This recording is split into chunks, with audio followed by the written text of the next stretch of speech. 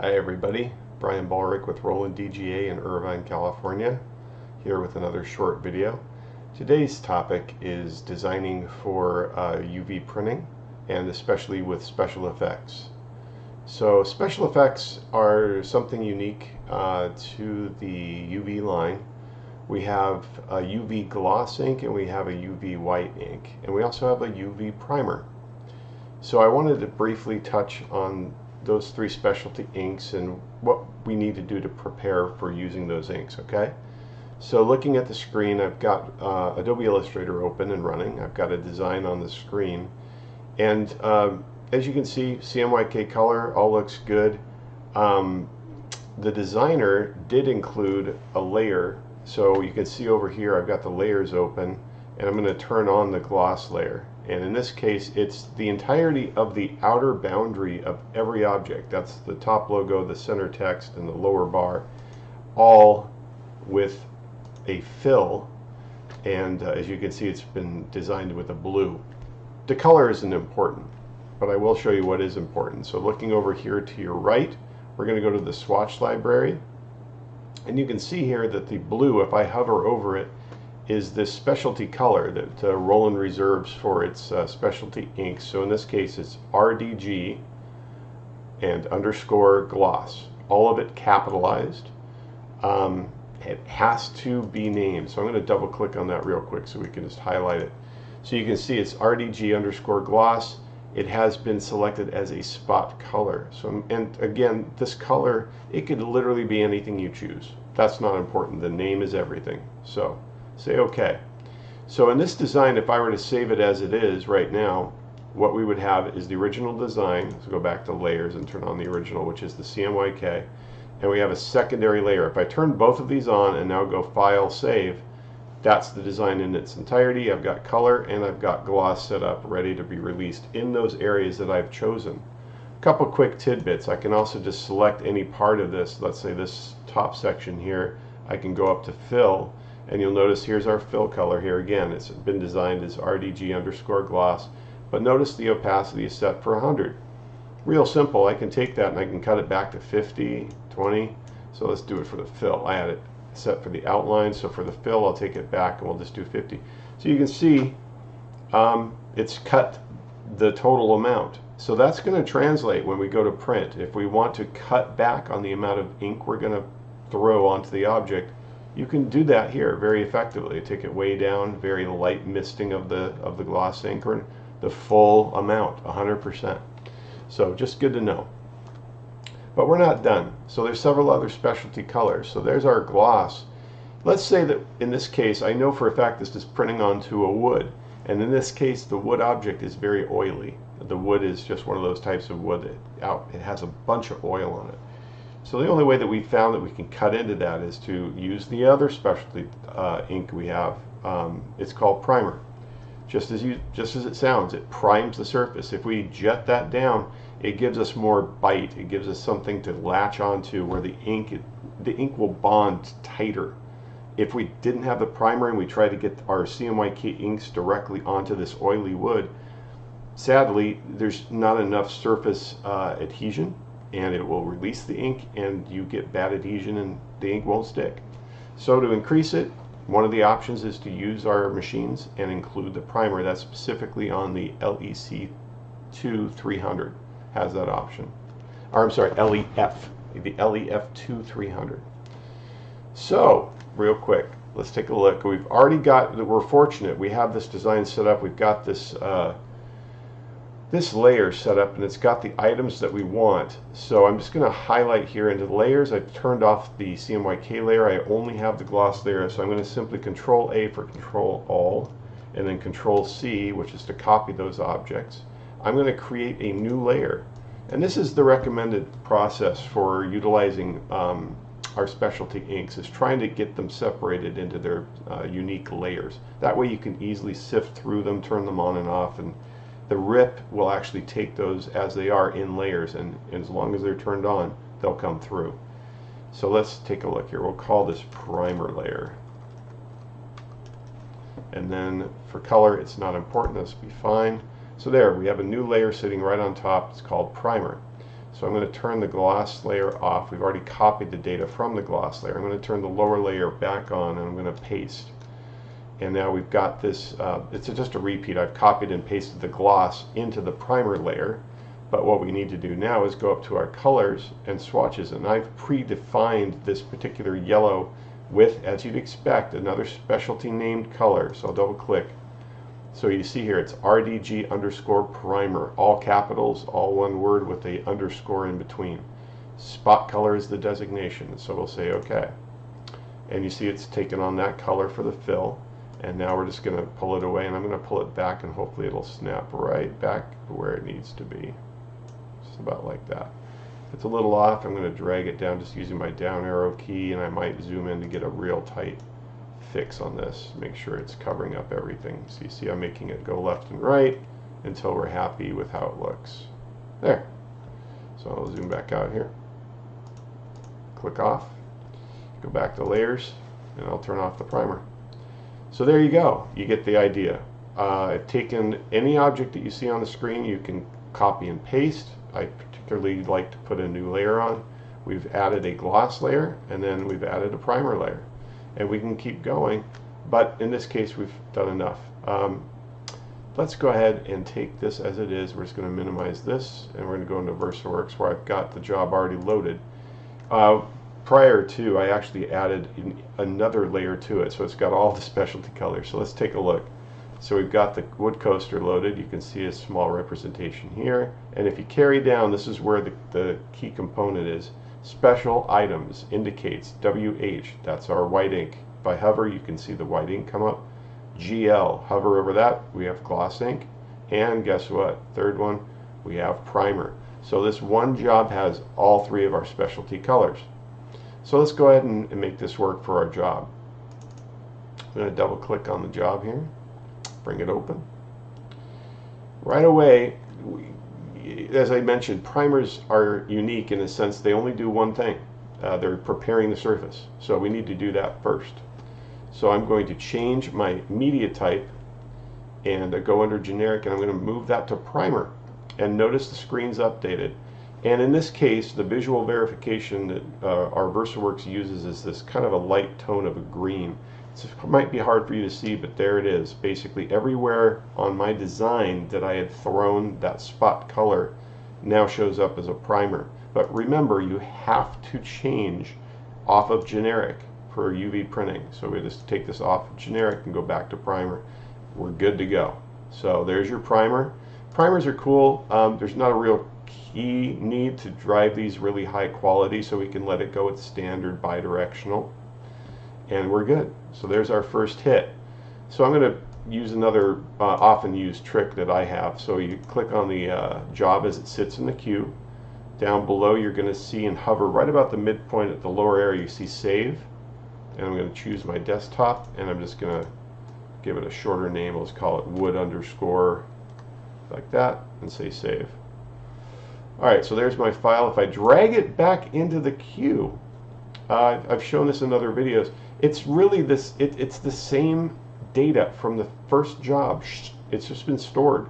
So now we've brought it back in, and it resides as another separate job. So I'm going to go ahead and open that up. Beautiful part is it carried in every setting, including the fact that it had previously been set for primer. So now all I have to do is click on primer, and we're ready for the first layer, which is going to be, in this case, this is the CMYK. Or, if I want, I can change the mode and say white and CMYK, and you'll notice that the design changes slightly. Let me show you where the white resides just so you get an idea. So the designer in this case did a wonderful job of creating what is a knockout right in the dead center of this upper logo. So clearly he wants the wood to come through on this design and to give you another visual, where it visually designates that center section as a wood, if just showing the wood through. So no ink's going to be laid there for this part. White only goes around the outer edge, then under the logo and under the bar at the bottom. But if I go back to white underlaying the color which goes on top and combine the two, you'll see it appear like this. So it just need to note that underneath this center section, it's clear. It's letting the wood. So you're getting this yellow effect of ink, yellow ink on top of the wood with no white underneath it. But on the outer portions, he's added the white, so it blocks up and it makes that color really pop. So it's fun to play with these effects. I mean, if we had printed this on like a clear, that yellow ink center, if there was any kind of a backlighting, and since there's no white to block it, the yellow would kind of illuminate, and it would take on an illuminated effect like a stained glass window would, again on a clear. But we're going on wood. He wants that effect, but in this case he wants the wood grain to show through the yellow ink. It's kind of smart because yellow can do that. It's a very light tone ink and it'll take on that effect. Elsewhere, we've got pure white showing through around the king snake. Really neat design here. So there you go. We've started with primer. I'm going to release this one, let's say high quality, white CMYK, bidirectional is fine. And in this case, just another tip, I want the color to really be as rich as I can. I'm going to move it to true rich color. Alright, so we've got all these selected. We've done the primer, white and CMYK is ready to go. We have one more to go. Say OK. And I already saved this job to the desktop, so easy enough. I'm going to drag it in one more time. So we've got our jobs queuing up. We have the third one, and in this case, just as you'd expect, I'm going to go right here to the media type and we're going to move it to special effect. That's our gloss. So with this one file, it's pretty amazing. We've got these three items ready to be produced. Our choices would be to either do a gloss varnish. That's a very fast, usually a quick hit, and just to pop the areas where the ink lands with a gloss effect. It's a beautiful effect. We'll go down here to matte varnish. Again, it's still going to jet the gloss ink, but it does it in a way that it almost looks crystallized. It has a rough texturing to it, and it's a beautiful effect in the sense that, especially if you see the two juxtaposed in the same area on a design, you get this wonderful play of light being reflected where you see that it's shiny, and then you see an area where it's been pulled away, like literally it's soaking up the reflection, yet it still has a luster to it. So these are fantastic to play with. You get some really good effects. Moving down from there, we have just a matte varnish with a higher number of passes to really tighten it up, to give it very precise location on the design. In this case, it actually might benefit from, if you take a look, we're hitting these areas that are super small. These little leaflets here in the design, they could be as small as a couple, 3 pixels wide. So when you're talking about holding ink to drop in these teeny tiny areas, you might increase the number of passes, and that'll help. And last but not least, one of my favorites, I think a lot of people, embossing. The trick with embossing is it is done in such a way that we are throwing the ink down, and instead of just doing a quick hit, a single hit, we actually want it to start having a tactile, a touch effect. So if you can imagine, we start with flat and we start laying the gloss down, and if we start throwing the gloss repeatedly, the specific effect of embossing indicates we want to build. We want to grow the gloss ink up off the surface till the point where we can actually feel it. How cool is that? So to get that effect, to take full control of it, you need to utilize this with another tool. As we go further down, we're going to go into the printer controls, which is the wrench symbol midway down on your left. We're going to go change this custom settings at the top. See where it says overprint? Just as you'd imagine. It's how many times do we want to release the ink on the exact same location that's seen on the screen. So looking at this, what he's done is the designer's highlighting very specific regions on this king snake logo, and he's obviously doing that so that instead of laying the gloss everywhere and just creating what would be like a dome, which is another fun effect for sure, but in this case he wants to create ridging. He wants it to almost look like it's been embroidered, where the color and everything that's laying under this gloss looks like it has a raised effect off of the surface. It's very cool. So to get that effect, anywhere past the level 3 hits of ink, You move into 4, 5, and 6, you really, yeah, you'll definitely feel it as you run your fingers across it. You'll see a change in the surface and it'll look raised. Now you get into these higher numbers, very usable. You know, I've gone as high as like 9 and 10 depending on the job. When you get up into the 15, you have to be careful. Anything past 10, on an LEF machine, you're always trying to get your print heads close to the surface. Well, in this case, you're laying down so much gloss ink and you're stacking it. You're creating this bridge or tower of ink coming up off. If you go too high, it might endanger and actually come into contact with a moving print head because you've closed that gap. The ink is actually raised up so much that it creates a danger. So be cautious.